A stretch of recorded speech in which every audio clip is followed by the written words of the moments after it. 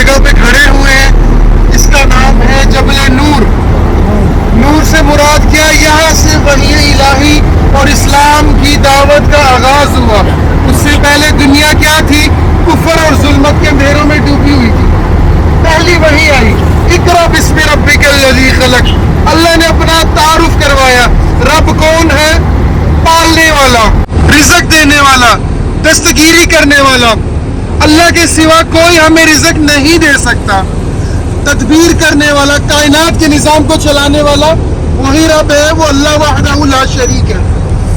پہلی وحی سے پہلے نبی صلی اللہ علیہ وآلہ وسلم اس غار ہرا میں آتے، کیونکہ وہ اپنی قوم کے تماشوں سے، ان کی خرافات سے تنگ تھے، پریشان حال تھے کہ میری قوم کیا حرکتیں کرتی ہے۔ عرب اگرچہ اپنے آپ کو دعویٰ کرتے تھے کہ ہم دین ابراہیمی کے پیروکار ہیں، لیکن وقت گزرنے کے ساتھ ساتھ انہوں نے اس دین کے سارا نقشہ ہی بدل دیا۔ تو نبی صلی اللہ علیہ وسلم اپنی قوم سے دور رہنا پسند کرتے اور اس غار ہرا میں آ کے قیام کرتے، کئی راتیں، کئی دن ٹھہرتے، ادھر وہ غور و فکر کرتے۔ یہاں سے ہمیں سبق ملتا ہے کہ اسلام میں روحانیت بھی ہے، تزکیہ نفس بھی ہے، یعنی نفس کو پاک کرنا برائیوں سے، رذالتوں سے۔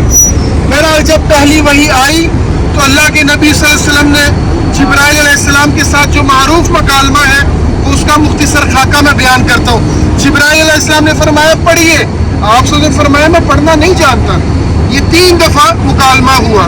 پھر اس کے بعد جبرائیل علیہ السلام نے آپ صلی اللہ علیہ وآلہ وسلم کو زور سے سینے کے ساتھ لگایا اپنے، اور پھر کہا پڑھیے۔ اللہ کے نبی نے پڑھنا شروع کر دیا۔ جب یہ وحی پڑھی تو جب گھر واپس آئے، نبی صلی اللہ علیہ وسلم انتہائی گھبراہٹ اور پریشانی کے عالم میں تھے۔ اماں خدیجہ سے فرمایا مجھے کمبل اوڑھا دیجئے، زملونی کے الفاظ آتے ہیں۔ تو اماں خدیجہ رضی اللہ عنہا نے فرمایا خیریت ہے، کیا معاملہ ہے؟ آپ نے ساری تفصیل بتائی۔ تو اماں خدیجہ نے کہا پریشان مت ہو، آپ گھبرائیے مت۔ وہ ان کو لے کر اپنے چچا زاد بھائی ورقہ بن نوفل کے پاس گئیں، جو اس وقت عیسائی مذہب کے پیروکار تھے۔ انہوں نے جب اس ساری صورتحال سنی، انتہائی ذوق کی حالت میں تھے، تو فرمایا کہ جیسے آپ نے بتایا اگر تو حقیقت حال ایسی ہے تو یاد رکھیں یہ وہی فرشتہ ہے جو سیدنا موسیٰ علیہ السلام پر وحی لے کر آیا۔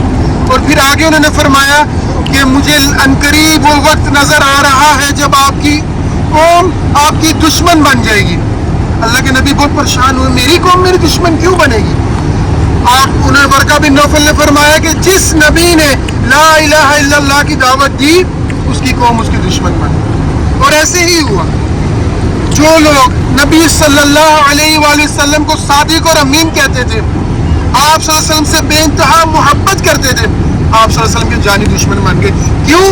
اللہ کے نبی جب غار ہرا سے نیچے آئے تو اللہ کے نبی نے پھر دعوت دی، یا ایھا الناس قولوا لا الہ الا اللہ تفلحوا۔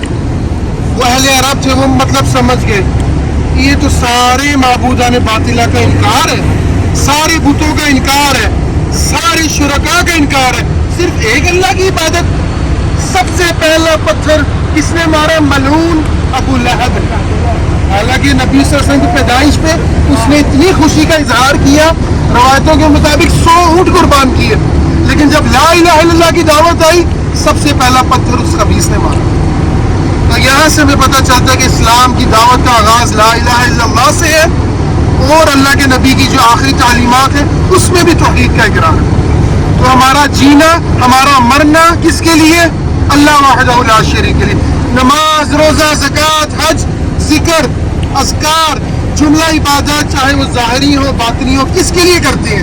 اللہ کے لیے۔ اس میں اللہ کا کوئی شریک نہیں۔ رتی بھر بھی اگر کوئی اس میں اللہ کا شریک ٹھہرائے گا تو وہ شرک کا مرتکب۔ اسلام میں توحید کی بہت اہمیت ہے، پہلی وحی کا آغاز بھی توحید سے ہے۔ اس لیے جب ہم اس مقام پر آئیں تو اپنے ایمان کو ٹٹولیں کہ کہیں اللہ نہ کرے اس میں شرک کی ملاوٹ تو نہیں ہو رہی، ہمارا عمل اخلاص پر مبنی ہو، جس کے لیے اللہ وحدہ لا شریک کے لیے، ہماری جملہ عبادات اللہ کے لیے۔ اللہ تعالیٰ ہمیں سمجھنے کی اور عمل کرنے کی توفیق عطا فرمائے۔ وما علینا الا البلاغ المبین۔